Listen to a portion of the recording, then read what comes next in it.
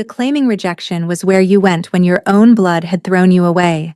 And as Seren stood among the forsaken women who had been cast out, abandoned or discarded by their packs, she didn't weep like the others. She didn't beg with her eyes. She simply stood there, hands folded, a long sleeve concealing the mark that had ruined her life, the crescent brand, the symbol of a bound witch whose magic had been sealed for crimes against the realm. The crowd whispered as they always did. What did that one do? Why does she hide her arm? What could be so terrible that even her own father put her here? They weren't wrong to wonder. Beneath the fabric lay her shame, her curse, the secret that had destroyed everything and taught Seren to expect nothing but rejection. She would not be chosen. She never was. Then the Lycan king arrived with his young son. Theron of Valdrin, beautiful and brutal, cold as the northern mountains, walked into the hall with his pup clutching his hand. The boy hadn't spoken in 6 months, hadn't smiled, hadn't shown interest in anything since his mother's death. But the moment the child's eyes found Seren across the crowded hall, he tore free from his father's grip and ran. Past noblewomen, past officials. Straight to the woman no one wanted. He wrapped his small arms around her leg and spoke his first word in half a year. Mine. The hall erupted in chaos. The king stood frozen, staring at his son, then at the unknown woman his child had claimed.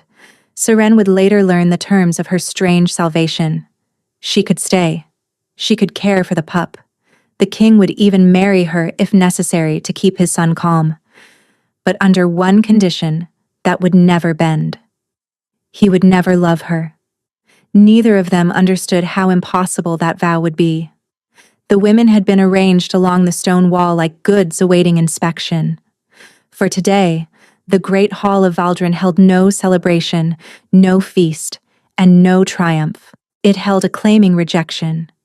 This was where wolves came when all other paths had closed, when their intended mates had cast them aside, when their packs had deemed them unworthy, too broken, too shameful to keep. Unclaimed wolves disturbed the natural order. They couldn't remain packless forever. Hence, the rejections were made public, and the rejected were offered one final chance to be claimed by anyone willing to take them. The men who attended these gatherings weren't seeking true mates. They sought servants, bed warmers, nursemaids for their pups. Convenient arrangements. Nothing more. The crowd that had gathered today was sparse, the interested parties fewer than in previous seasons. The officiant droned through names and histories with all the enthusiasm of someone reciting a list of the deceased.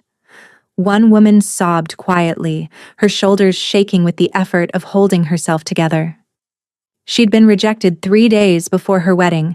The shame of it still clung to her like smoke. Another stood rigid, jaw clenched, a jagged scar running down the length of her neck. Someone had tried to claim her by force once. She'd refused. Now she was here, paying for that refusal with her dignity. A third woman stared at nothing, her hand resting on her swollen belly. Pregnant and abandoned. The father had chosen a younger, prettier wolf from a wealthier pack. But it was the last figure in the line who drew the most attention. She wasn't remarkable at first glance. Average height, brown hair that fell past her shoulders in simple waves, a face that might have been pretty if it weren't so carefully blank. But it was her stillness that unsettled the crowd. Every other woman fidgeted, wept, or bristled with defiance. This one simply stood, calm, resigned, as if she'd already accepted whatever fate awaited her. "What's wrong with that one?" a merchant muttered to his companion, nodding toward her. "She looks like she's already dead inside." The whispers rippled outward. Why was she here? What had she done? The officiant hadn't even read her history aloud, which meant either her crimes were too shameful to speak publicly, or someone had paid to keep them quiet. Beneath her sleeve, hidden from every eye in the hall, Seren felt the crescent brand pulse with phantom heat. It didn't actually burn anymore. The binding had sealed her magic years ago, but she could still feel its presence, like a scar that ached before a storm. This was it. The end of the road her father had paved for her. Lord Rendell stood near the back of the hall, arms crossed, watching with barely concealed satisfaction. Her sister Marenne stood beside him, beautiful in blue silk, refusing to look in Seren's direction. Pretending, as always, that Seren didn't exist. If no one claimed her today, her father would be within his legal rights to sell her to the northern mines. Wolves who worked those tunnels rarely survived more than a few years. The cold, the darkness, the back-breaking labor. It was a death sentence wrapped in paperwork. Rendell was counting on that. He wanted her gone. He'd wanted it since the day her magic had first manifested, since the day he'd looked at his youngest daughter and seen nothing but the evidence of his wife's supposed betrayal. Moonfire blood. He'd spat at her when she was 13, watching silver flames dance unbidden from her fingertips. Your mother spread her legs for a warlock, and you're the proof. It wasn't true. Seren had never believed it was true. But her mother was dead now, banished and broken, and there was no one left to defend her memory. The efficient moved down the line, and Seren forced herself to breathe. No one would claim her. She knew this. She'd made peace with it during the long carriage ride to Valdrin's capital. She would be sold to the mines. She would work until her body gave out, and she would die without ever knowing what it felt like to be wanted. That was her fate. She'd accepted it. Then the great doors exploded open. Every head turned. Every whisper died. A presence rolled into the hall like a winter storm descending from the mountains, and Seren felt it in her bones before she saw him. Alpha power. Not the ordinary dominance of a pack leader. This was something older. Deeper. The kind of authority that came from bloodlines so ancient they predated the first written histories. The king! Someone gasped. Gods above, why is the Lycan king here? Theron of Valdrin walked into the hall as if the stones themselves recognized his right to rule them. He was tall, taller than any man present, with dark hair that fell to his shoulders and eyes the color of a frozen lake. Pale blue, almost silver in the torchlight. But it wasn't his height or his beauty that made the crowd shrink back. It was the cold. Even from across the hall, Seren could feel it radiating from him. A chill that shouldn't exist in a living body. Lycans ran hot. Everyone knew this.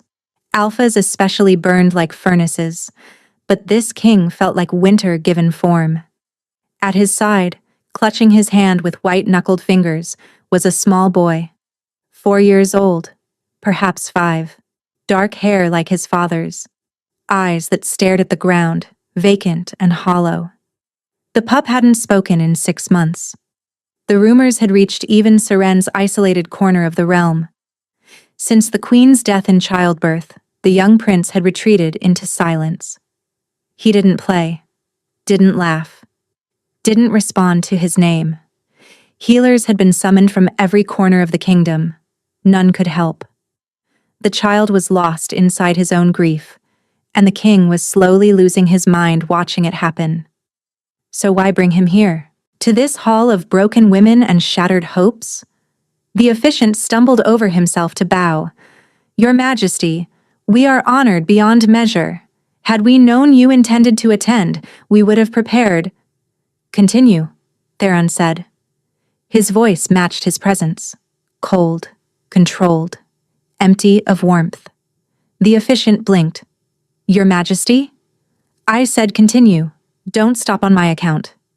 The king began walking toward the line of women, and the crowd parted like water before a blade. His son walked beside him, still staring at nothing, still silent. Seren kept her eyes forward.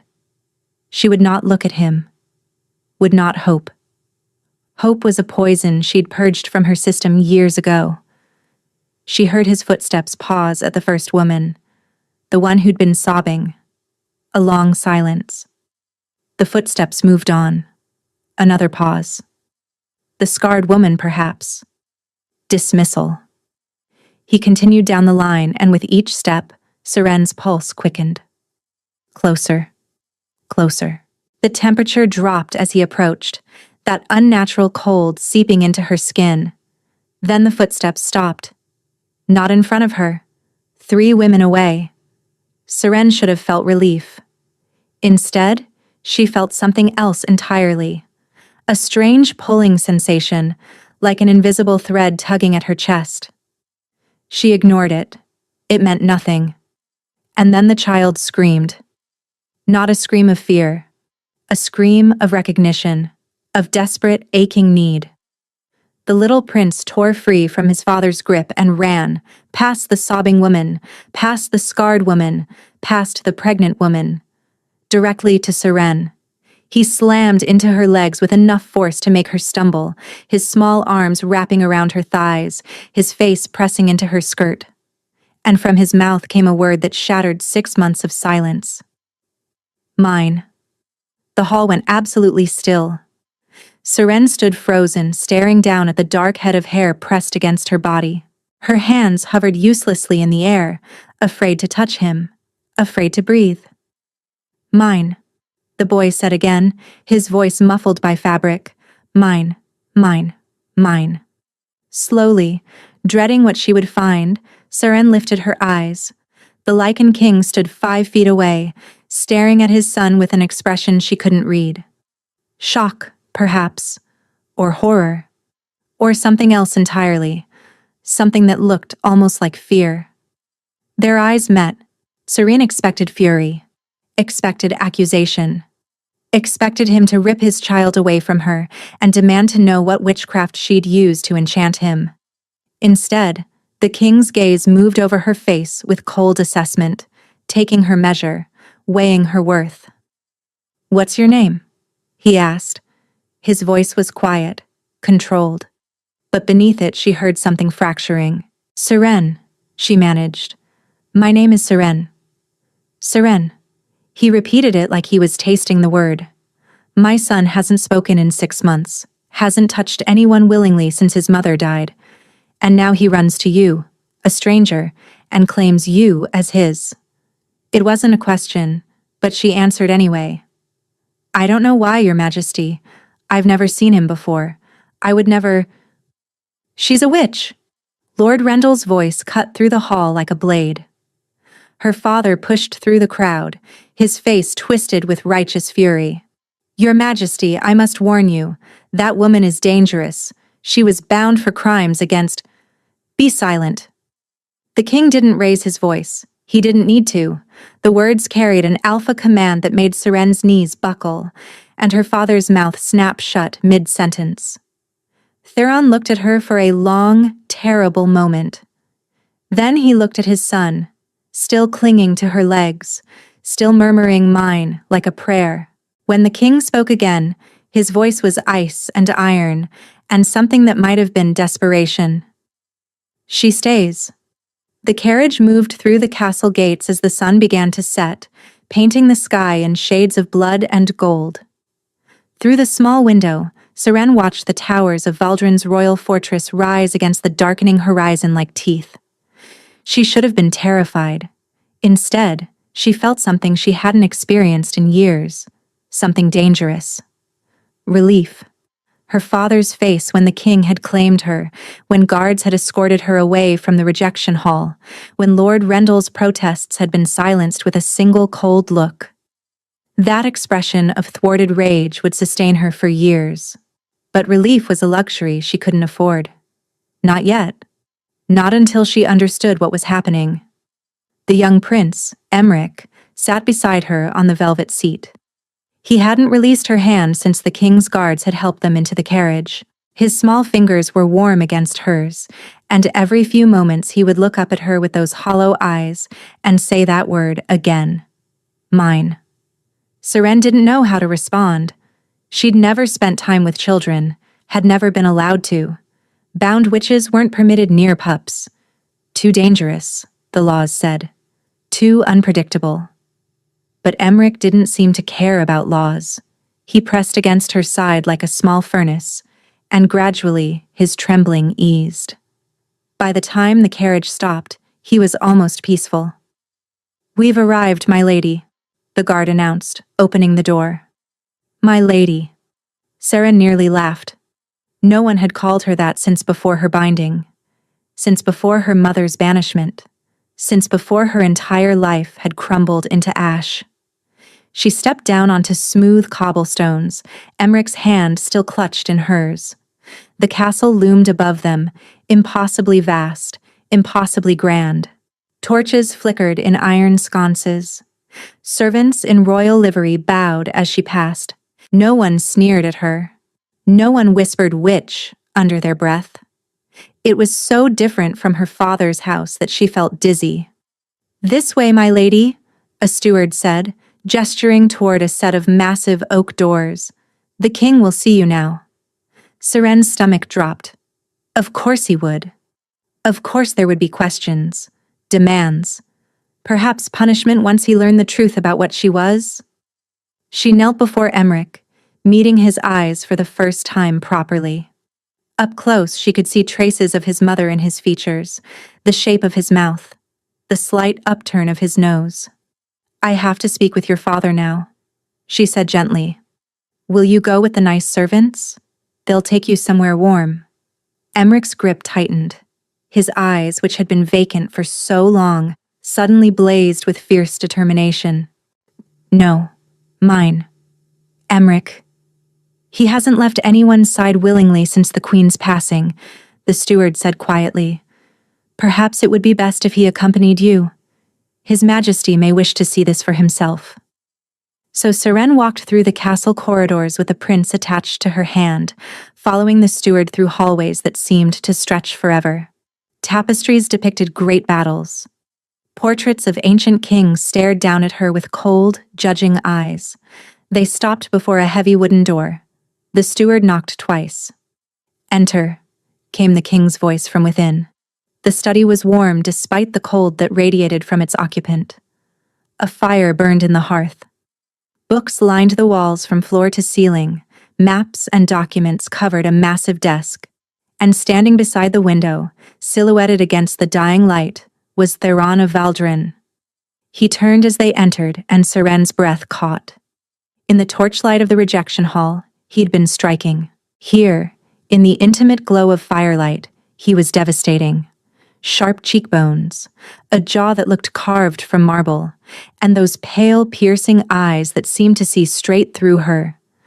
But it was the cold that made her shiver. Even with the fire roaring, the temperature dropped several degrees in his presence. "Leave us," Theron said to the steward. The door closed with a soft click. Seren dropped into a curtsy, pulling Emmerich gently down beside her. "Your Majesty." "Rise." She straightened, her chest tight with anxiety. Through her peripheral vision, she saw Emmerich staring at his father with an expression she couldn't quite read. Not fear, not affection, something else. Recognition, perhaps, as if the child was seeing something no one else could see. "Your Majesty," Seren began, her voice barely steady. "I must explain. I never intended to bewitch your son. I don't know why he reacted to me the way he did. My magic has been bound for years. I couldn't have... I know what you are." The statement hung in the air, flat and cold. Seren's blood turned to ice. "Your Majesty?" "A bound moonfire witch." Theron's gaze moved to her left arm, where the crescent brand lay hidden beneath her sleeve. "Accused of killing a nobleman with uncontrolled magic. Branded and sealed by your own father when you were 13 years old." He knew. He already knew everything. Seren's hands trembled at her sides. "Then you understand why I cannot possibly be responsible for your son's behavior. My magic is gone, sealed. I couldn't enchant a flower, let alone a child." "I know." She blinked. "You... know?" Theron moved away from the window, and the cold intensified as he approached. 3 feet away. 2. He stopped close enough that she could see the individual threads of silver in his pale blue eyes. "Moonfire witches don't work through enchantment," he said quietly. "Their magic is lunar, celestial. It has nothing to do with influence or manipulation." He tilted his head slightly, studying her. "Whatever my son sees in you, it isn't a spell." Seren didn't know what to say. She'd spent years bracing for disgust, for hatred, for fear. She'd never prepared for acceptance. Then why am I here, Your Majesty? Theron looked down at his son, still clutching Seren's hand, still pressed against her side. His composure faltered for just a moment. She saw the devastation beneath, the grief of a father watching his child disappear inside himself, powerless to stop it. Then the mask returned. You will stay in the castle, Theron said. You will care for Emmerich. You will be his nursemaid, his companion, whatever he needs you to be. He paused. I will provide you with comfortable quarters, appropriate clothing, servants who will respect your privacy, a generous allowance. You will want for nothing. Seren's head spun. This was too much, too fast. Your Majesty, I'm honored, but surely there are more qualified candidates. Women of noble birth who know how to raise a prince. My son chose you. The words came out hard, final. For 6 months I've watched him fade away, watched him become a ghost in his own body. Healers, mystics, priestesses, none of them could reach him. His jaw tightened, and then you walk into a rejection hall, and he speaks for the first time since his mother died. Seren looked down at Emmerich. He was watching his father now, those dark eyes following the king's movements with an intensity that seemed too old for his small face. I don't pretend to understand why, Theron continued, but I am not fool enough to ignore it. You will stay. You will care for him. And in exchange, I will ensure your father never touches you again. Her breath caught. Your Majesty, there is one condition. Of course there was. Seren steeled herself. Theron's voice dropped, becoming something closer to a confession than a command. My son has already lost his mother. He cannot afford to become attached to someone who will leave him. If you accept this arrangement, you will remain in my household permanently. There will be no temporary service, no trial period. He paused, and something dark moved behind his eyes. To ensure this, I will marry you. Everything she thought she knew crumbled around her. What? Seren breathed. A political marriage. Contractual. It will give you legal protection and ensure that your father cannot reclaim you or sell you to the mines. His tone remained perfectly flat, as if he were discussing trade agreements rather than binding himself to a branded witch. But I want to be clear about what this arrangement is and what it is not. He stepped closer, and the cold wrapped around her like chains. You will be my wife, in name only. You will have a title, a crown, everything that comes with queenship. But you will never be my mate. I will never claim you. I will never mark you. His eyes locked onto hers, and she saw something terrible in their depths. And I will never love you. Seren's heart cracked. Not because she wanted his love. She didn't know him. She didn't expect anything from him. It cracked because she recognized the devastation in his voice. This wasn't cruelty. This was protection. He was warning her away from something, shielding her from something. But from what? Do you understand? Theron asked quietly. Seren looked at the cold king with his frozen eyes. She looked at the small boy still holding her hand, the first person in years who had looked at her and seen something worth wanting. She thought of her father's rage, the mines, a slow death in darkness, and she thought of the life being offered to her now. Safety, protection, purpose. A child who needed her. What did it matter if she was never loved? She'd never been loved before. At least here, she might be useful. At least here, she might matter to someone. Yes, Your Majesty, she said clearly. I understand. I accept your terms. His expression shifted. Surprise, perhaps, or confusion. You accept, he repeated slowly. Just like that. Without negotiation, without demands. What would I negotiate for? You're offering me everything I could possibly need. I'm offering you a loveless marriage to a man who will never let you into his heart. Seren met his gaze without flinching. With respect, Your Majesty, that's more than my own family ever offered me. You're giving me safety, purpose, and a child who apparently needs me." She glanced down at Emmerich, whose grip on her hand had tightened. "That's not nothing. That's more than I ever expected." Theron stared at her for a long moment, his expression unreadable. Then he stepped back, and some of the cold receded with him. "Very well. The formal contract will be drawn up tomorrow. The wedding will take place within the week." He moved toward his desk, dismissing her. "The steward will show you to your chambers. Emmerich will stay with you tonight." Seren curtsied. "Thank you, Your Majesty." She turned to leave, Emmerich's hand still in hers. "Seren." She paused at the door. "My son sees things that others cannot." Theron's voice was quiet, almost reluctant. "He always has. His mother believed it was a gift. I'm not so certain." A pause. "But whatever he sees in you, I suggest you not disappoint him." It sounded like a warning. It sounded like a threat. But beneath both, Seren heard something else. Something that sounded almost like hope. She left without answering, her mind spinning and her pulse racing. She didn't notice until she was halfway down the corridor that her hands were shaking. And it wasn't until she reached her chambers, Emmerich finally asleep in a bed beside her own, that she allowed herself to process what had just happened. She was going to be queen. Queen to a king who radiated cold like winter itself. Who had explicitly forbidden love. Who looked at her with eyes that held secrets she couldn't begin to fathom.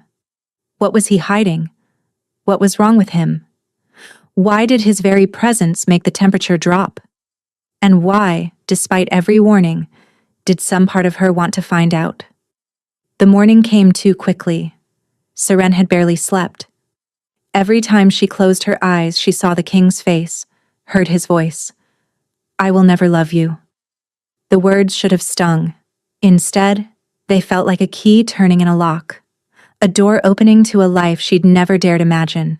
Safety, security, purpose. No love, but no cruelty either. She could live with that. Emmerich woke with the sunrise, and for a long, disorienting moment, Seren forgot where she was. The bed was too soft. The room was too warm. The small body pressed against her side was too trusting. Then memory returned, and she found herself staring at the ceiling of her new chambers, marveling at how completely her world had shifted in a single day. "Hungry," Emmerich announced. He was looking at her with those dark, knowing eyes, still quiet, still watchful, but there was color in his cheeks now. Life, where there had been none before. "Then let's find you some breakfast," Seren said softly. The servants who arrived to help her dress were discreet and professional. They didn't stare at her branded arm when she changed, didn't whisper about witches or curses. They simply did their jobs with quiet efficiency. "We have servants trained to assist with sensitive situations," one of them explained gently when Seren tensed during dressing. "His Majesty informed us that your privacy is to be respected absolutely." It was such a stark contrast to her father's household that Seren felt tears prick her eyes. She blinked them away. "The king has requested your presence in the council chamber," another servant informed her. "The marriage contract is ready for review." Seren's stomach tightened. Of course, the contract. This would be where the true terms were laid out, where she learned exactly what she was agreeing to, where her father would likely make one final attempt to stop this arrangement. She dressed carefully in the gown the servants had provided, a deep blue silk that was finer than anything she'd ever worn. Emmerich clutched her hand as they walked through the corridors, his small legs pumping to keep pace with her longer strides. "The council chamber, my lady," a guard announced, pushing open a set of massive double doors. The room was larger than Seren expected. A long table dominated the space with tall windows behind it letting in cold morning light. Maps of Valdrin covered the walls. Chairs lined both sides of the table, occupied by men in formal dress. The King's Council. Witnesses to the contract. And at the head of the table, radiating that impossible cold, sat Theron. He looked different in daylight, sharper, more severe. The shadows under his eyes suggested he hadn't slept much either. But it was the figure at the far end of the table that made Seren's blood run cold. Lord Rendell. Her father sat rigid in his chair, his face a mask of barely controlled fury. Beside him, looking uncomfortable and out of place, sat her sister Marin. "Please." Theron gestured to a chair near him. "Sit." Seren sat, pulling Emmerich onto her lap when he refused to let go of her hand. The council members watched her with varying degrees of curiosity and suspicion, but none spoke. "The marriage contract has been prepared according to my specifications," one of the advisors said, sliding a document across the table. "If your Majesty wishes, I can summarize the key terms." "That won't be necessary." Theron picked up the document, scanned it briefly, then set it down. "I'll explain them myself." He looked at Seren, and she felt the weight of his attention like a physical force. "The terms are as follows," he began. "First and most importantly, you will be my wife. You will hold the title of queen. You will have all the rights and privileges that accompany that position." Seren nodded slowly, waiting for the conditions. "However," Theron's voice hardened. "This marriage will be contractual only. We will not share chambers. We will not share a life beyond what is necessary for appearances. You will attend certain royal functions with me, state dinners, foreign visits, perhaps a dozen events per year. Nothing more." The advisors exchanged glances. One of them shifted uncomfortably. "Your primary duty," Theron continued, "will be the care of my son. You will be his mother in all ways that matter. You will raise him, educate him, and protect him." A pause. "You will love him as if he were your own." Seren's arms tightened around Emmerich. The boy looked up at her, and something in his expression made her throat close. "In exchange," Theron said, "I will provide you with everything you need: wealth, security, freedom to move about the kingdom as you please. Your father will have no claim on you, no authority over you. You will be untouchable." At the far end of the table, Lord Rendell's hands clenched into fists.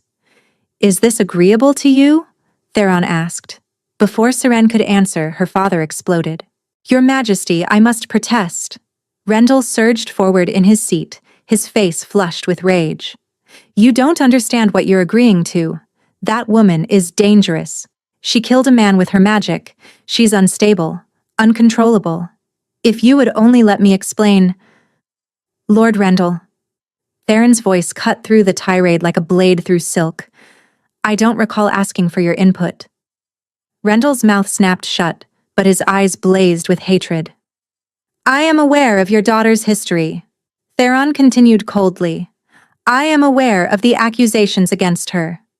I am also aware that she was bound at 13 years old, which means any magic she possessed has been sealed for over a decade." He tilted his head slightly. "Unless you're suggesting she somehow committed murder without access to her abilities?" Silence crashed over the table. Rendell's face went pale. Your Majesty, that's not—" "Because if that's what you're suggesting," Theron pressed, his voice dropping to something dangerous, "then the crime would have been committed through mundane means, which would make it a matter for the courts, not the councils. And I've seen no evidence of any formal charges, no trial, no conviction." He leaned back in his chair. Only a father who seemed remarkably eager to sell his own daughter to the northern mines. Marin's head snapped toward their father, her expression shifting from discomfort to confusion to dawning horror. "Father," she breathed, "you said she confessed. You said she admitted to killing Eric." "She did," Rendell insisted, but his voice was weaker now, uncertain. "I never confessed to anything." Seren's voice was quiet but steady. "I told you I didn't know what happened that night. That I couldn't remember. You decided I was guilty before I even woke up." The council chamber had gone very still. Theron studied the exchange with those cold, calculating eyes, and Seren wondered how much he was cataloging for later use. "Regardless of the past," the king said finally, We are here to discuss the future. Lord Rendell, you will sign this contract as witness. You will relinquish all legal claim to your daughter, and then you will leave my castle and never contact her again unless she explicitly requests it. Rendell's jaw worked soundlessly. If you refuse, Theron added, his voice dropping even further, I will open a formal investigation into the death of Eric of Thornbury. I will subpoena records. I will interview witnesses. I will discover exactly what happened that night. His lips curved into something that wasn't quite a smile. Are you certain you want that, Lord Rendell? Are you certain there's nothing in your own past that might come to light under such scrutiny? The color drained from Rendell's face entirely. For a long, terrible moment, no one moved. Then Seren's father reached for the quill. He signed his name with a hand that trembled with suppressed rage. He stood. He looked at Seren with pure loathing in his eyes. You'll regret this, he said quietly. When the king discovers what you really are, he'll throw you away just like I did. And there won't be anyone left to save you. Then he turned and walked out of the chamber. The silence he left behind was deafening. Theron broke it first. Lady Marin, will you be staying, or will you accompany your father? Marin hadn't moved. She was staring at the door her father had just exited through, her face pale, her hands clasped tightly in her lap. She swallowed hard. Your Majesty, may I have a moment with my sister, before I decide? Theron nodded once. You may use the antechamber. Don't keep her long. We have a contract to complete. The antechamber was small and cold, a bare stone room with a single window overlooking the courtyard. Marin stood with her back to Seren, arms wrapped around herself. Did you really not confess? Marin asked finally. Her voice was barely above a whisper. I told you, Seren said. I told you 100 times. I didn't know what happened. I woke up, and Eric was dead, and father was already calling me a murderer. But the fire. Marin turned to face her, and Seren was shocked to see tears on her sister's cheeks. It was moonfire. Silver flames. Only someone with your bloodline could have... My bloodline? Seren laughed bitterly. The bloodline father always said came from mother's affair. The bloodline that apparently makes me a monster. It didn't come from mother.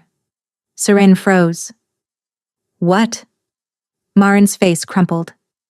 I overheard father talking once, years ago. He didn't know I was listening. She pressed her hands to her eyes. Grandmother was a moonfire witch. Father's mother. Grandfather had her killed when he found out. The ground seemed to shift beneath her feet. That's not possible, Seren whispered. Father always said... Father lied. Marin's voice broke. About everything. About mother. About you. About where the magic came from. She looked at Seren with devastated eyes. I didn't want to believe it. I wanted to believe him. I wanted to believe Eric's death was your fault, because the alternative was... She didn't finish. She didn't have to. Seren felt like she was falling. Like the floor had dropped out from beneath her and she was plummeting into darkness. If the moonfire magic came from father's side, if mother had been innocent all along, if Seren's magic had been bound before Eric's death, sealed when she was 13 years old, then who killed Eric? Sister. Seren's voice came out strangled. If my magic was already bound when Eric died, then I couldn't have... I know. Marin was weeping now. I know. I'm sorry. I should have believed you. I should have questioned father. I should have... The door opened. A guard stood in the entrance, his expression apologetic. Forgive me, my ladies. The king is waiting.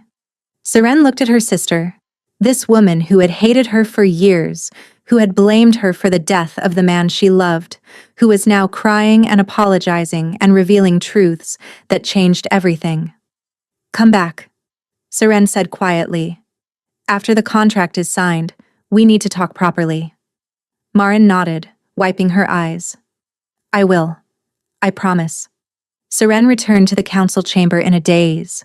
She signed the contract without reading it. Watched the advisors add their signatures as witnesses. Felt Emmerich's warm weight on her lap as the document was sealed with wax and the king's signet ring. "It's done," Theron said. "The wedding will take place in 3 days." Seren nodded numbly. "Is something wrong?" Theron asked, and there was something in his voice that might have been concern. "You seem distracted."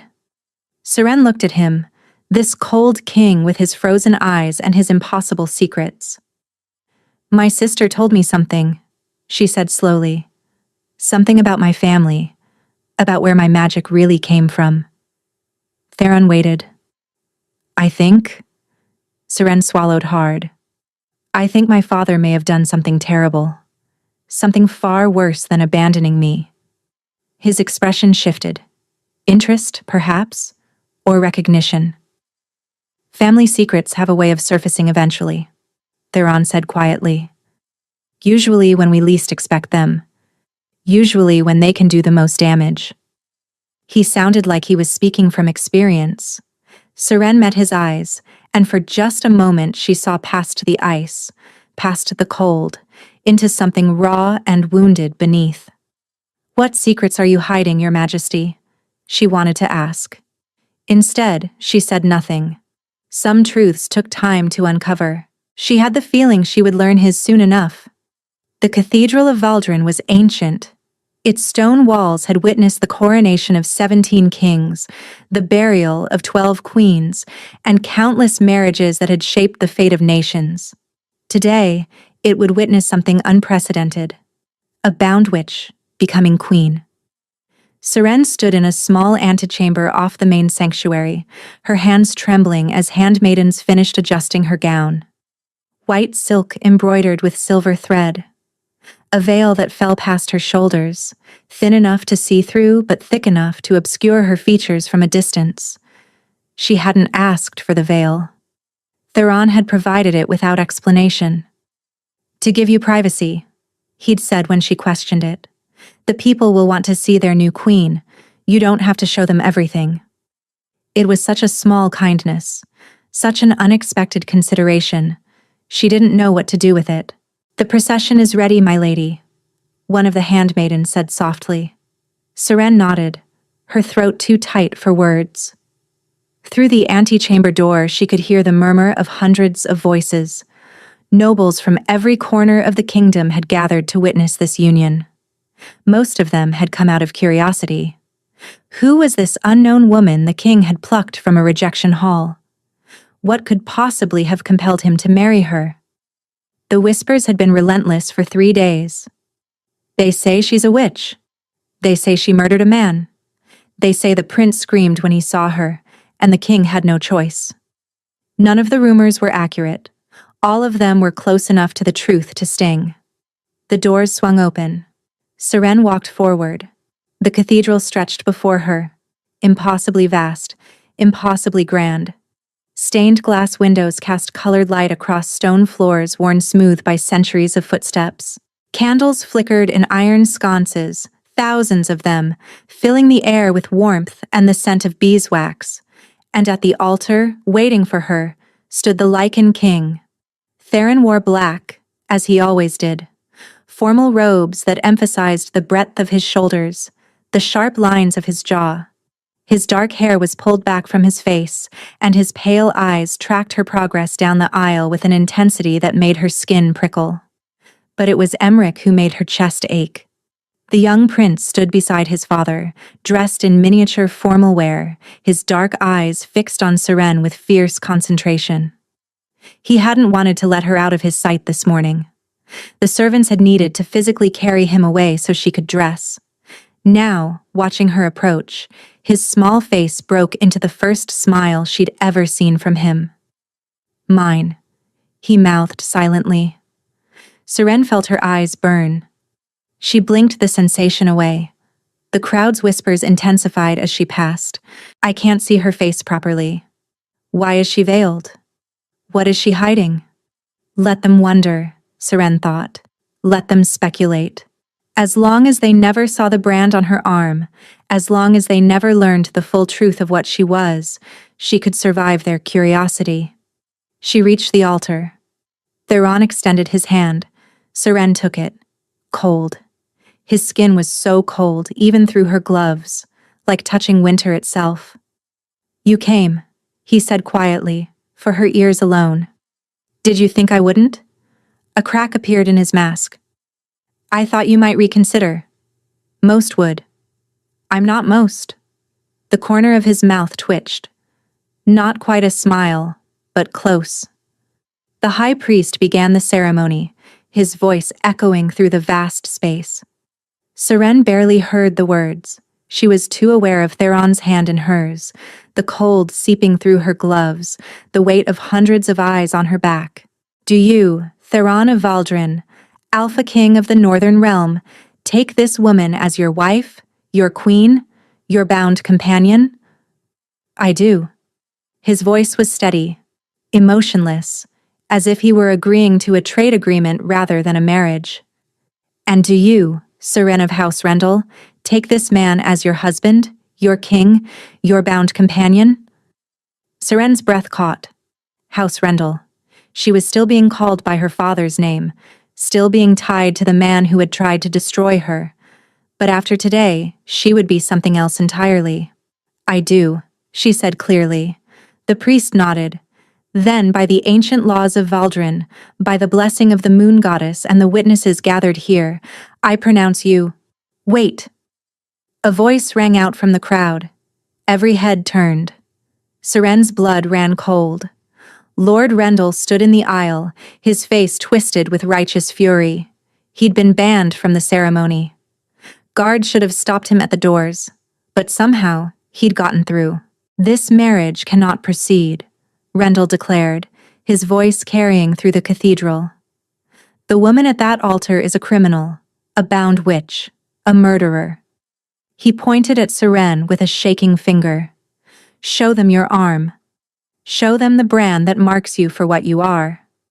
The whispers exploded into shocked murmurs. "A witch? Branded? Is it true?" Seren's hand went instinctively to her left arm, covering it as if she could hide the truth through will alone.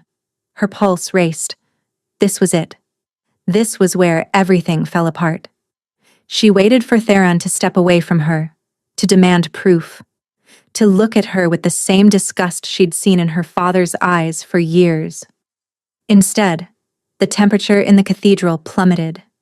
The candles flickered. Frost spread across the nearest windows.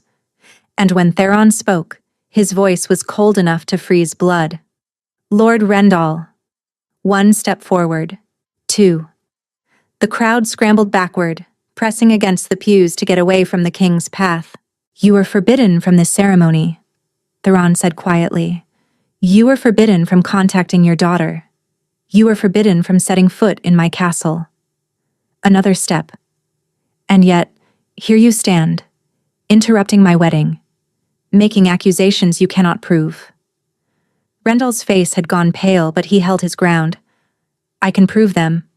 Make her show her arm. Make her—" "I know about the brand." Silence crashed over the cathedral. "What?" Rendell breathed. "I've known since the rejection hall." Theron's voice was ice and iron. "I know she's a bound Moonfire witch. I know she was accused of killing a man named Eric of Thornbury. I know her magic was sealed when she was 13 years old." He tilted his head, those pale eyes boring into Rendell with terrifying intensity. "I also know that her magic was bound before Eric's death, which means she couldn't have killed him with Moonfire, which means someone else did." The color drained from Rendell's face entirely. "So here is what's going to happen," Theron continued, his voice dropping to something barely above a whisper. "You are going to turn around. You are going to walk out of my cathedral.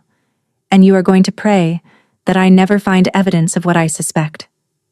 Because if I do—" He smiled, and it was the most terrifying thing Seren had ever seen. "The northern mines will seem like a paradise compared to what I'll do to you." For a long, horrible moment, no one moved. Then Lord Rendell turned and fled. The doors slammed behind him, and the cathedral erupted in shocked murmurs. But Theron was already turning back to Seren, already taking her hand again, and already facing the priest as if nothing had happened. "Continue," he said. The priest stammered through the rest of the ceremony. The rings were exchanged, Theron's fingers cold against hers as he slid the band into place. The final words were spoken. "You may kiss your bride." The cathedral went silent, every eye fixed on them, waiting. Would he lift her veil? Would they finally see the mysterious queen's face? Her heart raced. She looked at Theron through the thin fabric, saw him studying her, considering. "Your Majesty," she whispered. "You don't have to." "Do you want me to lift it?" he asked quietly. "No," she admitted. "But tradition can wait." Before she could respond, Theron raised her hand to his lips. The kiss was gentle, formal. His mouth pressed against her knuckles through her glove, cold but soft. It lasted only a moment. But when he released her hand, there was something in his eyes that hadn't been there before. Respect, perhaps, or gratitude. "My queen," he said, loud enough for the crowd to hear. And despite everything, the whispers, the accusations, the secret still lying heavy between them, Seren felt something warm bloom in her chest. She was safe. She was protected. She was, against all odds, wanted. The royal chambers were larger than Seren's entire childhood home. A massive bed dominated the space, draped in dark velvet and piled with furs. A fireplace took up most of one wall, flames crackling against the evening chill. Windows overlooked the castle gardens, where moonlight painted silver paths through the hedgerows. Seren stood in the center of the room, still wearing her wedding gown, trying to remember how to breathe. This was it. The wedding night. The consummation. The contract had been clear. She would give him heirs. That was part of the arrangement. She'd agreed to it willingly, understanding what it meant. But understanding and experiencing were very different things. A knock at the door made her jump. "Enter," she managed. Theron stepped inside, and the temperature dropped immediately. He'd changed from his formal robes into simpler clothing. Dark trousers, a white shirt unlaced at the throat. His hair was loose now, falling past his shoulders in dark waves. He looked less like a king and more like a man. Somehow, that made everything worse. "The servants have prepared Emmerich for bed," Theron said, closing the door behind him. "He asked for you. I told him you'd see him in the morning. Is he all right? Better than he's been in months?"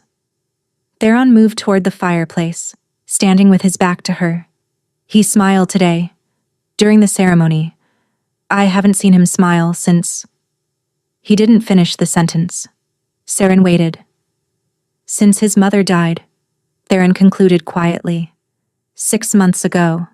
Complications during childbirth. The baby didn't survive either." Seren's chest tightened. "I'm sorry." "Don't be. You didn't know her.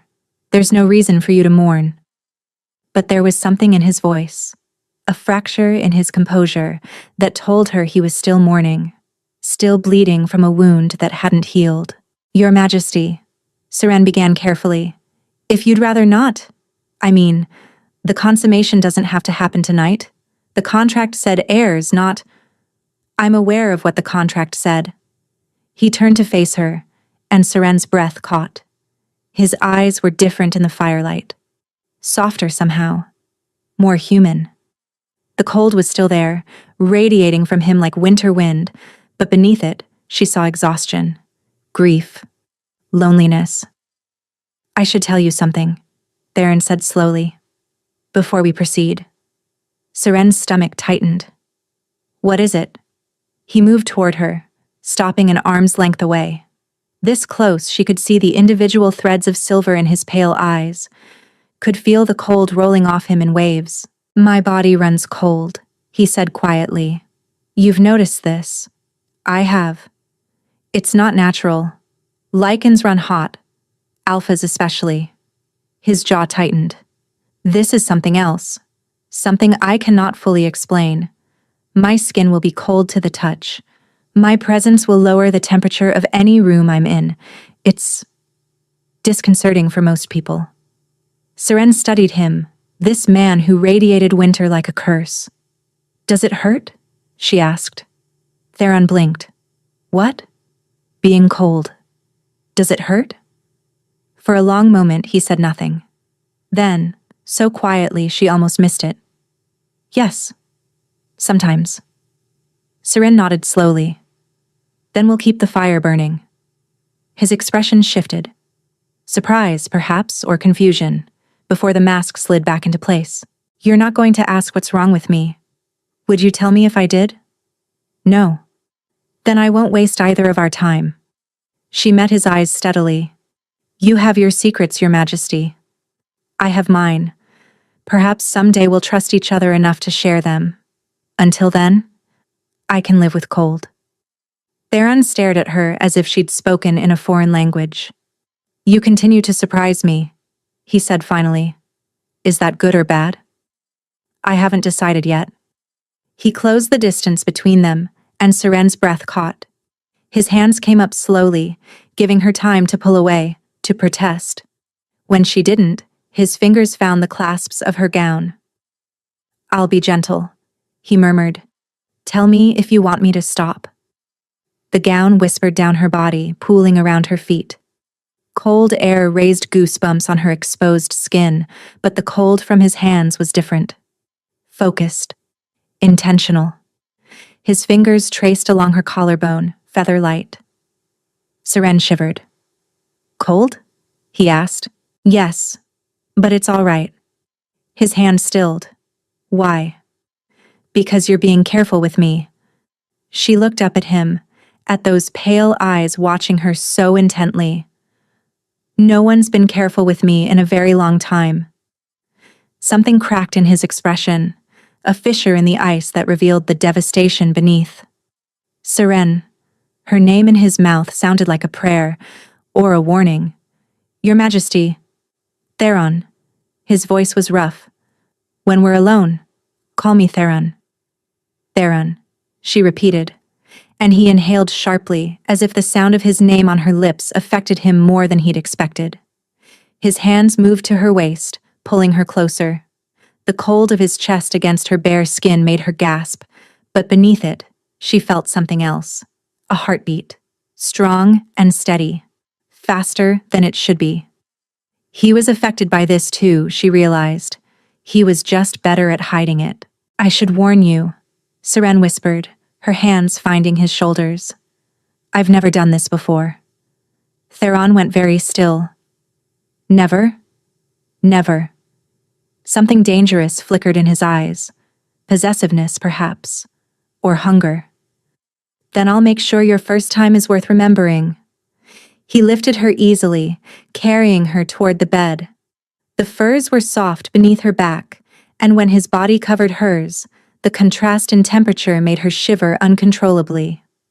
I'm sorry, he murmured against her throat. I know I'm cold. Stop apologizing. She pulled him closer, wrapping her arms around his neck. I'll warm you. He made a sound low in his chest. Surprise, maybe, or pleasure, and then his mouth found hers. The kiss started gentle, exploratory. His lips were cool but impossibly soft, moving against hers with careful patience. Seren had imagined kisses before, had wondered what they would feel like, but nothing had prepared her for this, for the sensation of his tongue tracing the seam of her lips, for the way her entire body seemed to ignite despite the cold, for the desperate, aching need that built in her chest with every passing second. His hands roamed her body, learning her curves, her sensitive places. Every touch left trails of cold fire on her skin. When his fingers brushed the inside of her thigh, Seren gasped, her hips arching involuntarily. So responsive, Theron murmured against her throat. So warm. Is that good? It's intoxicating. They came together slowly, carefully.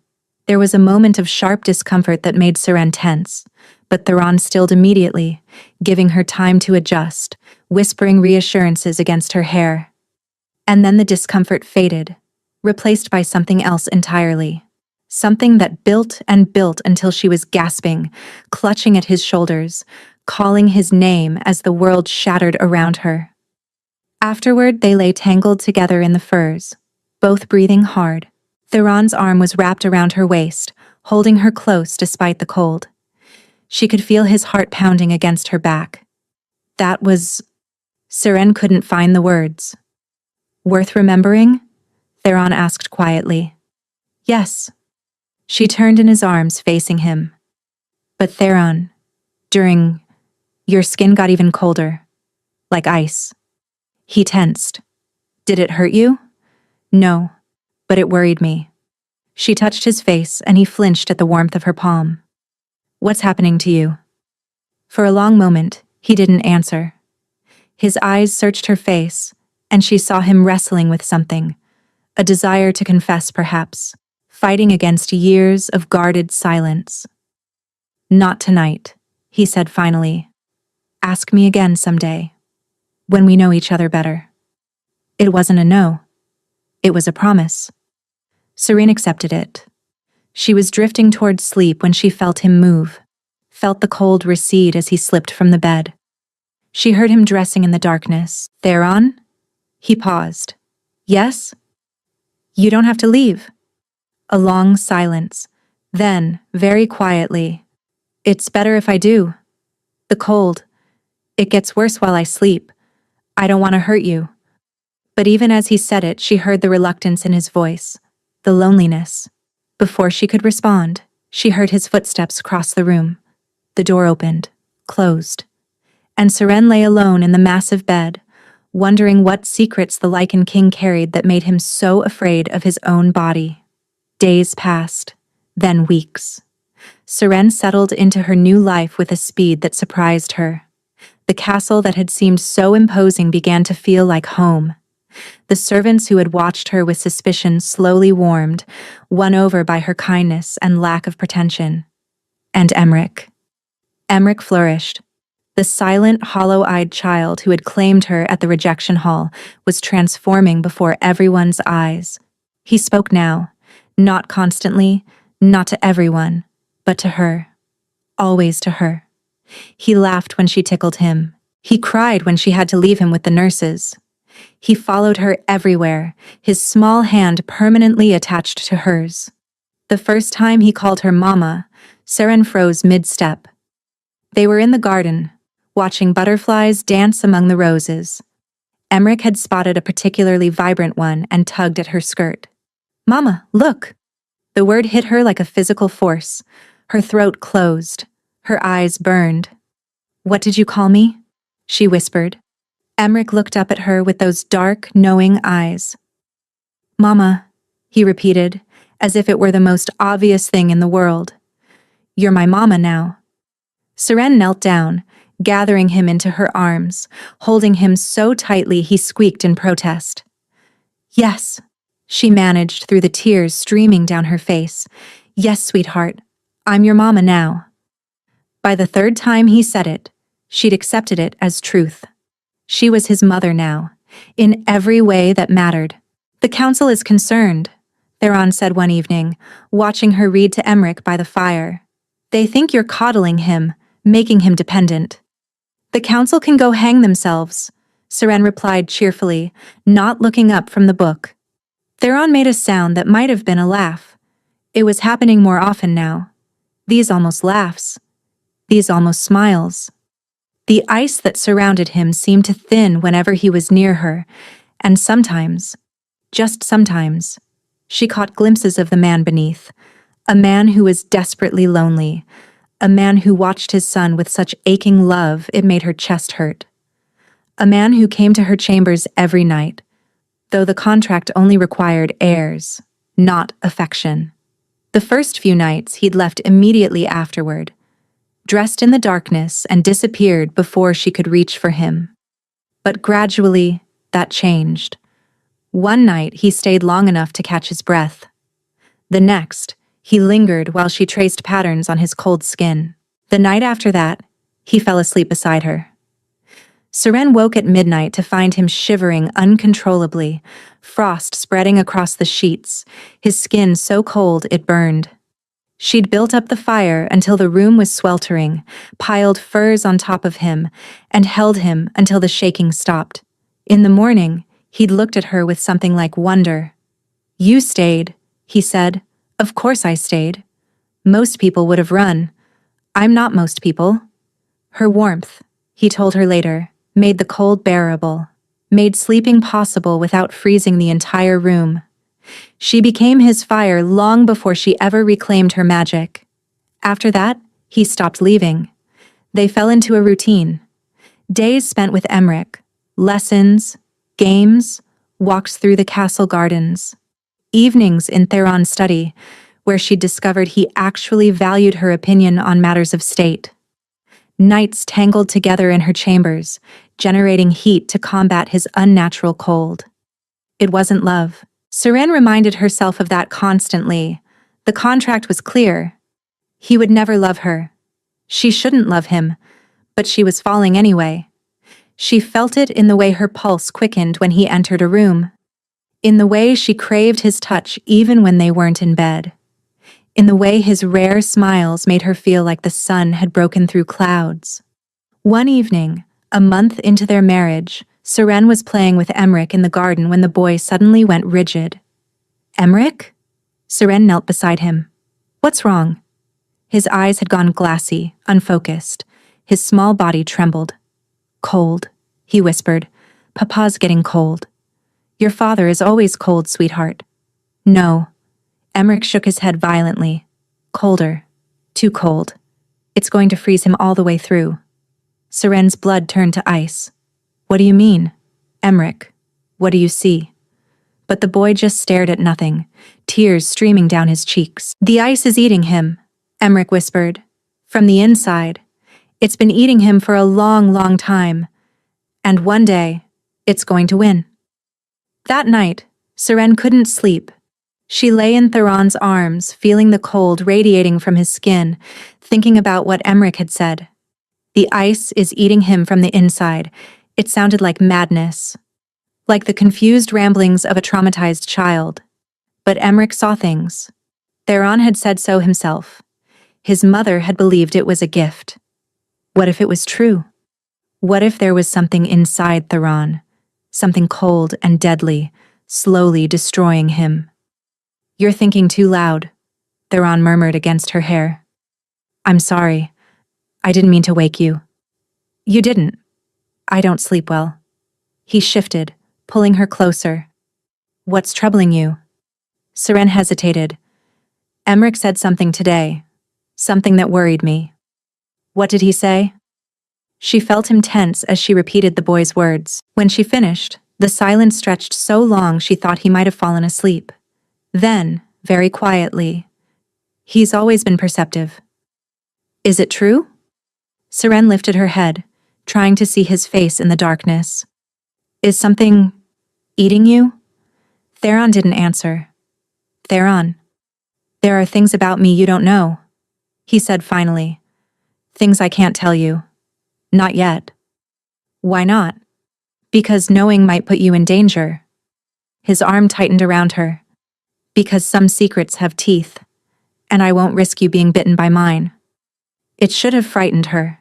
It should have made her pull away, demand answers, refuse to be kept in the dark. Instead, she pressed closer. "Then I'll wait," she said quietly, "until you trust me enough to tell me. And if I never do, then I'll love you anyway." The words were out before she could stop them. Her pulse skipped. She hadn't meant to say that. Hadn't meant to confess what she'd barely admitted to herself. The silence that followed was deafening. "Seren," Theron said slowly, "you shouldn't—" I know I shouldn't." She laughed bitterly. The contract was clear. No love, no attachment, just airs and appearances. She pulled back slightly, enough to look at his shadowed face. "But I can't control what I feel, and what I feel is—" "Don't." His voice was strained. "Please don't say it again." "Why not?" Because I can't give you what you want. He sat up abruptly, and the cold intensified, making her shiver. I told you from the beginning, I will never love you. I can't love you. Can't or won't? Both. He stood, moving toward the window, his back to her. In the moonlight, she could see frost spreading across his shoulders, creeping down his arms. Theron. My father loved my mother, he said quietly. Truly loved her. And it killed him. Seren's breath caught. The kings of Valdrin carry a curse. Theron continued, his voice hollow. An ancient magic laid on my bloodline generations ago. We are forbidden from love, if we allow ourselves to feel it, to truly feel it. He turned to face her, and in the moonlight, she saw something terrible in his eyes. The cold comes. It freezes our hearts. It kills us, slowly and painfully. Everything she thought she understood shifted and rearranged itself. That's why you've been getting colder, Seren whispered. That's why Emmerich said the ice was eating you. Theron nodded once. You're already dying. Her voice cracked. You're already in love with someone and it's killing you. He didn't deny it. Who? Seren demanded, something sharp and jealous twisting in her chest. Who do you love? The late queen? Is that why? No. The word was torn from him. Not Isolde. I cared for her, respected her, but I never loved her. Not like... He stopped, looked at her, and Seren understood. Me, she breathed. You love me. Theron's face crumpled. I tried not to. Gods know I tried. But you're so warm, Seren. So kind. So impossibly, infuriatingly good. And Emmerich loves you, and I love watching you with him. And every day I fall a little deeper. And every day the cold gets worse. And I... He broke off, pressing his hand to his chest. Seren was out of the bed in an instant, crossing to him, taking his face in her hands. Then we break it, she said fiercely. The curse. We find a way to break it. There is no way. My ancestors searched for centuries. There's no cure. There's no hope. There's only the cold, and eventually, the cold wins. I don't believe that. Her eyes burned with unshed tears. I won't believe that. I just found you. I just found a life worth living. I won't let some ancient curse take you from me. Theron looked at her with such devastation, such love, such fear. Seren, he whispered, my beautiful, stubborn, impossible wife. And then he kissed her. It was different from every kiss that had come before. Desperate, consuming. The kiss of a man who knew he was dying and wanted to feel alive, just for one moment. Seren kissed him back with everything she had. She would find a way. She had to. She had magic in her blood, even if it was bound. She had a sister who owed her answers. She had resources she'd never had before. The curse had taken Theron's ancestors. It would not take him. She would die before she let that happen. 3 days passed after Theron's revelation. 3 days of Seren watching him with new eyes, seeing the curse in every shiver, every moment when his skin turned a shade too pale, every night when the cold grew so intense that frost crept across the bed sheets. 3 days of desperate research. She'd commandeered a section of the castle library, pulling every book that mentioned curses, bloodlines, or ancient magic. The servants whispered about the new queen who spent her nights surrounded by dusty tomes instead of sleeping beside her husband. Let them whisper. She didn't care. You need to rest, Theron said on the third evening, finding her slumped over a stack of books in the library. Emmerich was asleep in the nursery, watched over by nurses who had grown to adore him almost as much as Seren did. I'll rest when I find something useful. Seren. He knelt beside her chair, taking her hands in his cold ones. Generations of my ancestors searched for a cure. Scholars, mystics, witches from every corner of the realm. None of them found anything. Then they weren't looking hard enough. Or there's nothing to find. Seren pulled her hands away, standing abruptly. I won't accept that. I can't accept that. Why? Theron rose with her, his pale eyes searching her face. Why does this matter so much to you? We've known each other barely 2 months. The contract was clear from the beginning. Damn the contract! The words exploded from her with more force than she intended. Damn your terms and your conditions and your rules about never loving me. She pressed her palms against her eyes, trying to steady herself. Don't you understand? It's too late for rules. It's too late for contracts. I love you, Theron. Not because I'm supposed to, not because of any arrangement. I love you because you're kind when you don't have to be. Because you gave me safety when I had nothing. Because you look at your son like he's the entire world, and you look at me like I might be part of it too. Her vision blurred with emotion. I love you because you're dying, and you're still more worried about my feelings than your own life. I love you because... She never finished the sentence. Theron crossed the distance between them in 2 strides and kissed her. It wasn't gentle. It wasn't careful. It was desperate and consuming and tasted like goodbye. When he pulled back, his eyes were bright with something she'd never seen before. Fear, joy, devastation, love. I love you too, he said hoarsely. I've been trying not to say it, trying not to feel it, but I can't anymore. I can't pretend that my heart doesn't belong to you, Seren. Every frozen piece of it. Her heart soared, and then she saw it, the frost spreading across his face. Theron. His hand flew to his chest. His eyes went wide with pain. No, he gasped. Not yet.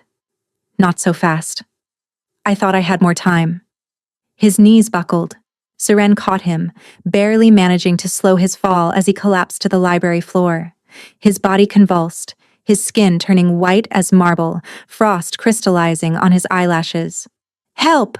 Seren screamed. Someone help me! Footsteps thundered in the corridor. Guards burst through the doors, followed by servants, advisors, the castle physician. The king! Someone shouted. Get the healers, now! Chaos erupted around her, but Seren barely registered it. She was too focused on Theron's face, on the way his lips were turning blue, on the desperate flutter of his pulse beneath her fingers. Stay with me, she begged. Please, Theron, stay with me. His eyes found hers. Even now, even dying, he was looking at her like she was something precious. Worth it, he whispered. Loving you. Worth it. His eyes closed. His body went still. And Seren screamed. They moved Theron to his chambers. The royal physicians worked through the night, but nothing helped. The cold radiating from his body was so intense that ice formed on the walls around him. His heartbeat slowed to a crawl. His breath came in shallow gasps that grew weaker with each passing hour.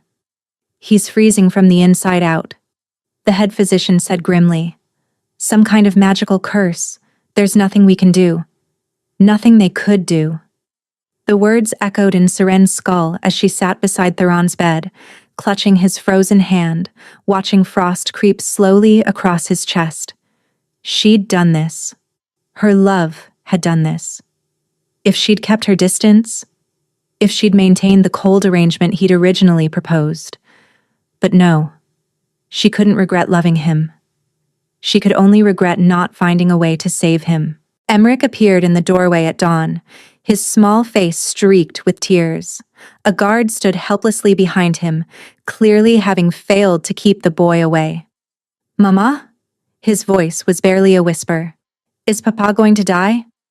Seren pulled him onto her lap, holding him close, feeling his warmth against the cold that seemed to permeate everything now. I won't let him, she said fiercely. I'll find a way to save him. I promise.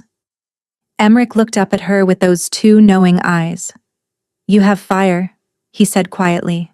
Inside you. I can see it. Seren's heart stopped. What did you say? Fire. Silver fire. It's locked up, but it's there. He pressed his small hand against her chest. Right here. Sleeping. If you woke it up, maybe it could melt the ice. Moonfire. her magic. The gift that had been sealed away, branded as shameful, used as evidence of her supposed crimes. What if it wasn't a curse at all? What if it was the key? Emmerich! Seren gripped his shoulders. Can you see how to wake it up? Can you see how to break the lock? The boy's brow furrowed with concentration. There's a thing. A seal. Someone else has it. Someone who smells like you but wrong. Her father. Lord Rendell had the binding seal. He'd used it to lock away her magic when she was 13 years old. If she could get it back. If she could break the binding. But would Moonfire even work against the curse? She was grasping at straws, desperate for any hope. Theron's eyes fluttered open. Seren. His voice was barely audible. She leaned close, her face wet with tears. I'm here. I'm not going anywhere. Cold. His breath misted in the air. So cold. I know. But I'm going to fix it. I'm going to find a way. There's no way. His frozen fingers twitched against hers. I told you. The curse can't be broken. Maybe it can be melted. Theron's eyes focused on her face, confused. I'm a Moonfire witch, Seren said. My magic was bound when I was 13, but it's still in me. Emmerich can see it. If I can get the seal, if I can break the binding, maybe my fire can counter your ice. Hope flickered in his eyes, then died. Your magic is bound, he said. And even if it wasn't, Moonfire is dangerous, uncontrollable. You were branded because... I was branded because my father wanted to be rid of me. Seren's voice hardened. I never killed anyone. My magic was sealed before Eric died. Someone else used Moonfire that night. Someone else committed that murder and let me take the blame. Theron stared at her. Seren, if that's true. It's true. My sister confirmed it. She pressed his hand against her cheek, ignoring the burning cold. I need you to know this before I try anything. I need you to know what I am. What I really am. She pulled back her sleeve, exposing the crescent brand for the first time. I'm a bound witch, she said. Branded as a murderer. Condemned by my own father. Everything you were warned about, everything you were taught to fear, that's what I am. She waited for his expression to change, for disgust or horror or doubt to creep into his eyes. Instead, his frozen fingers reached up to trace the brand with heartbreaking gentleness. Beautiful, he whispered. Theron. I've seen your heart, Seren. I've watched you with my son. I've felt your warmth against my cold. His thumb traced the edge of the crescent scar. This mark doesn't define you. It never did. She wept openly. You should hate me, she choked out. You should be repulsed. Maybe if you were, the curse would what? Reverse? He laughed weakly, the sound catching in his frost-covered throat. That's not how it works. The curse doesn't care if love is returned. It only cares that it exists. His eyes met hers with devastating clarity. And I love you, Seren. Brand and all. Secrets and all. I will love you until this ice finally claims me, and nothing you reveal will change that. His hand fell from her face, his eyes closed, and the frost spread further, creeping up his neck toward his jaw. Seren stood abruptly, her chest tight with desperate determination. She couldn't break his love, couldn't save him by making him hate her. There was only one option left. She had to get her magic back. The ride to her father's estate took 4 hours. Seren pushed her horse hard, flanked by royal guards who had orders to bring Lord Rendell to justice if necessary. Marin had sent word ahead. She would be waiting. She would help. She had something important to reveal. The sun was setting when Seren arrived, painting the sky in shades of blood and fire. Appropriate colors for what was about to happen. Marin met her at the gates, her face pale but determined. He's in his study, Marin said quickly. He doesn't know you're coming. He's been drinking since the wedding, convinced the king will destroy him eventually. He's right. Seren dismounted, striding toward the house with purpose burning in her chest. The guards followed, their armor clanking in the evening quiet. She didn't knock. The study door slammed open, and Lord Rendell looked up from his whiskey with bloodshot eyes. A fire crackled in the hearth behind him. Empty bottles littered his desk. "You," he snarled, rising unsteadily. "How dare you come into my home? The seal." Seren's voice was ice and iron. "Where is it?" "What seal?" "I don't know what you're—" "The binding seal. The one you used to lock away my magic when I was 13 years old." She advanced on him, and he stumbled backward, knocking over his chair. "I know you have it. I know you've kept it all these years. Give it to me. Now." Rendell's face twisted with familiar hatred. "So you can murder someone else? So you can finish what you started with Eric?" "I didn't kill Eric." The words cut through the room like a blade. Rendell froze.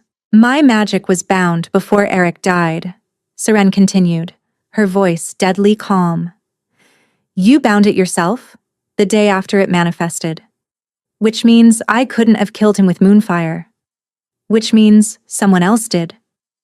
That's not— Who else in this family carries moonfire magic, Father?" Seren stepped closer. "Who else could have produced silver flames that night?" The color drained from Rendell's face. "You," Seren said. "Grandmother was a moonfire witch. You inherited her power. You've hidden it your whole life, just like you hid everything else about our family." "Shut up," Rendell hissed, backing toward the fireplace. "You don't know what you're talking about." "I know you killed Mother." The words tore from Seren's throat. "I know you banished her for an affair that never happened, blamed her for magic that came from your own bloodline, and I know you killed Eric. He wasn't good enough for Marin." The confession exploded from Rendell with startling force, years of suppressed guilt and rage finally breaking free. "A commoner, a nobody, sniffing around my daughter like she was some tavern wench. I warned him to stay away, but he wouldn't listen. He kept coming back, kept filling her head with dreams of running away together." Marin made a choked sound from the doorway, her hand flying to her mouth. "So you killed him," Seren said flatly, "and you blamed me." "Two birds with one stone." Rendell's voice had gone cold, his initial panic fading into something uglier, defiant. "I rid my family of an unsuitable match and the shameful reminder of our witch blood, all in one night." Marin staggered forward, her face white with horror. "You murdered him," she breathed. "Eric, the man I loved. You murdered him and let me hate my own sister for years." "I did what was necessary to protect this family's reputation." "You destroyed this family." Marin's voice rose to a scream. "You killed an innocent man. You framed your own daughter. You drove away our mother and let her die in exile." Rendell's eyes flickered to the door, calculating his escape. The guards blocked his path. He turned toward the window instead. Marin's fist connected with his jaw. The crack echoed through the study. Rendell stumbled backward, tripping over the fallen chair, crashing to the floor. His head struck the edge of his desk as he fell, and he went limp. Silence descended. Seren stared at her sister across their father's unconscious body. "The seal," Marin said, her voice shaking but resolved. "He keeps it in the locked drawer. The key is around his neck." Seren knelt, finding the chain, pulling the small iron key free. She moved to the desk, opened the drawer, and there it was. A small silver disc etched with the crescent moon. The binding seal that had imprisoned her magic for over a decade. Her hands trembled as she picked it up. "Will it work?" Marin asked. "Your magic? Will it really save the king?" "I don't know." Seren closed her fingers around the seal. "But it's the only chance he has." She turned to leave, then paused. "The guards will take father into custody. He'll face trial for Eric's murder and mother's banishment." She looked at Marin, at this sister who had hated her for so long. "I'll need you to testify." Marin nodded, her face wet with tears. "I will. I'll tell them everything." She caught Seren's arm. "I'm sorry. For all of it. For believing him. For blaming you.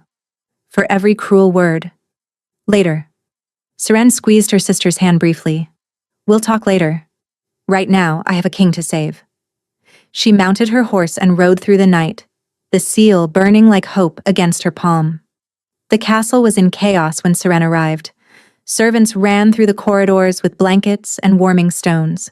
Healers shouted orders. Guards stood helpless outside the king's chambers, their faces grim. "How is he?" Seren demanded, pushing through the crowd. "Worse, Your Majesty." The head physician's face was gray with exhaustion. "The ice has spread to his heart. He has hours at most." Hours. Seren burst into Theron's chambers. The cold hit her like a physical wall. Frost covered every surface, the walls, the floor, the ceiling. The fire in the hearth had died, overwhelmed by the magical chill.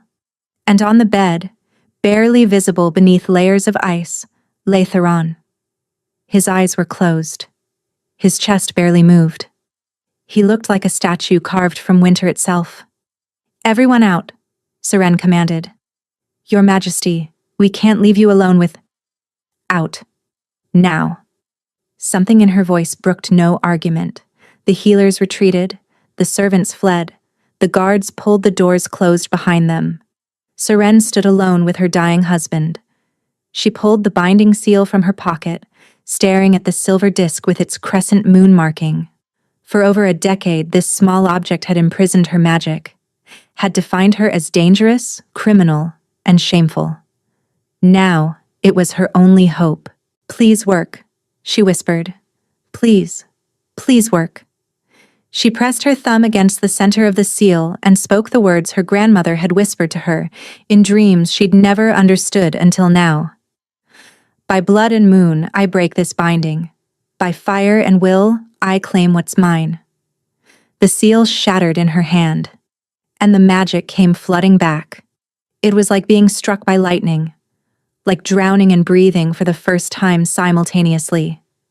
Silver fire erupted from her skin, racing along her veins, filling every empty space inside her with blazing warmth. Moonfire, her birthright, her salvation. Seren gasped, overwhelmed by the sensation, by the power that had been locked away for so long. The fire wanted to explode outward, to consume everything in its path. It took all her concentration to contain it, to shape it, to direct it toward the frozen figure on the bed. She climbed onto the mattress, ice cracking beneath her knees. She pressed her burning palms against Theron's frozen chest, and she let the fire pour into him. At first, nothing happened. The ice was ancient, powerful, fed by generations of curse magic. Her moonfire crashed against it like waves against a cliff, and Seren felt despair threatening to swallow her whole. It wasn't enough. She wasn't enough. "Mama?" Emmeric's voice came from the doorway. The boy had slipped past the guards again, his dark eyes wide and shimmering with that strange second sight. "The fire needs something to burn," he said quietly. "Give it something." "Give it what?" Emmeric placed his small hand over his heart. "Love. The curse eats love. So feed the fire with it too." Understanding crashed over Seren like a wave. The curse fed on love, twisted it, and used it to create ice. But love could also fuel fire. Seren closed her eyes and stopped fighting, stopped trying to control the flames. Instead, she opened herself completely. Every memory, every feeling, and every moment of connection she'd shared with the man beneath her hands. The way he'd defended her at their wedding. The way he'd kissed her hand instead of demanding to see her face. The way he'd held her through the night, shivering with cold but refusing to let go. The way he'd looked at her when he'd confessed his love, knowing it would kill him, saying the words anyway. She loved him. Desperately, completely, irrevocably. And she poured every ounce of that love into the moonfire. The flames turned white hot. The ice screamed as it melted, releasing centuries of frozen pain into the air. Steam filled the chamber, obscuring everything. Seren kept burning, kept pouring, kept loving, until finally beneath her hands she felt it. A heartbeat. Strong and steady and warm. The ice shattered. Theron's eyes flew open, and they weren't pale anymore. They were blue, deep, vivid, alive. Seren? His voice was hoarse but strong. His hand came up to cup her face, and for the first time since she'd known him, his skin was warm. What happened? How did you... I broke it. She wept openly now. The curse. I think I broke it. Theron sat up slowly, looking at his hands, his arms, and his chest where her palms still rested. No frost. No ice. No deadly cold. That's impossible, he breathed. Generations of my family tried. They didn't have moonfire. Seren laughed through her tears. They didn't have me. Theron stared at her for one long, incredulous moment. Then he kissed her. It was nothing like their previous kisses. There was no cold, no desperation, and no shadow of death hanging over them. This kiss was pure warmth, pure joy, pure love finally freed from its frozen prison.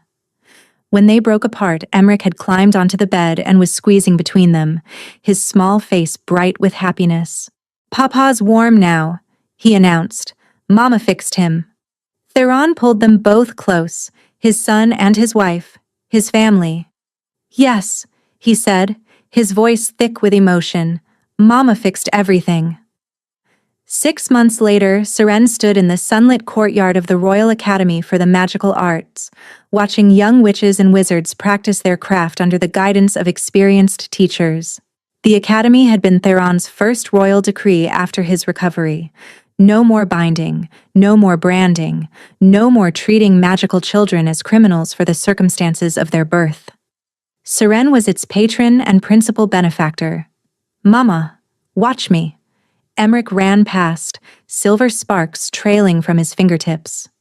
He'd inherited the moonfire gift, diluted through his father's bloodline but present nonetheless. The teachers said he would be powerful someday. "I'm watching, sweetheart," Seren called, one hand resting on her swelling belly. Another child. A daughter this time, according to the midwives. A princess for Valdrin, who would never know the shame of hidden magic or the fear of curses waiting to strike. Because the curse was broken. Not just for Theron, but for the entire bloodline. The royal physicians had confirmed it. Whatever Seren had done that night in the frozen chamber had shattered the ancient magic completely. Emmerich would never suffer as his father had. Neither would any of his descendants. Love was no longer forbidden for the kings of Valdrin. "There you are." Warm arms wrapped around her from behind, and Seren leaned into her husband's embrace. "You're supposed to be in the council meeting," she murmured. "The council can wait." "I wanted to see you." Theron pressed a kiss to her hair. "Besides, they were only discussing Lord Rendell's sentencing. I've already made my decision." Seren tensed slightly. "And?" "Life imprisonment in the southern fortress. Comfortable, but isolated. He'll never hurt you or anyone else again." It was more mercy than her father deserved, but Seren had asked for it. Not for his sake, but for Marin's. Her sister had testified at the trial, had helped secure Rendell's conviction, and was slowly rebuilding her relationship with Seren. Executing their father felt like too much salt in wounds that were only beginning to heal. "Thank you," Seren said quietly. "Don't thank me. Thank Marin for advocating so eloquently. She has a gift for persuasion." Theron turned her in his arms, his blue eyes, still startling in their warmth after so many months, searching her face. "Are you happy?" Seren considered the question. 6 months ago, she'd stood in a rejection hall, certain she would be sold to the mines, and certain no one would ever want her. She'd been branded, abandoned, blamed for a murder she didn't commit. She'd expected nothing but suffering for the rest of her short life.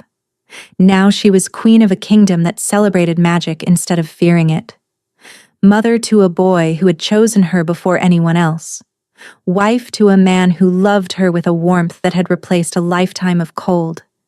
And her shame, the moonfire magic that had marked her as dangerous, had saved them all. "Yes," she said, rising on her toes to kiss him. "I'm happy." Emmerich barreled into them, wrapping his arms around both their legs, laughing as Theron scooped him up and spun him around. "Family hug," the boy demanded. Seren laughed, joining the embrace, feeling the warmth of her husband and son surrounding her. They had let her fall.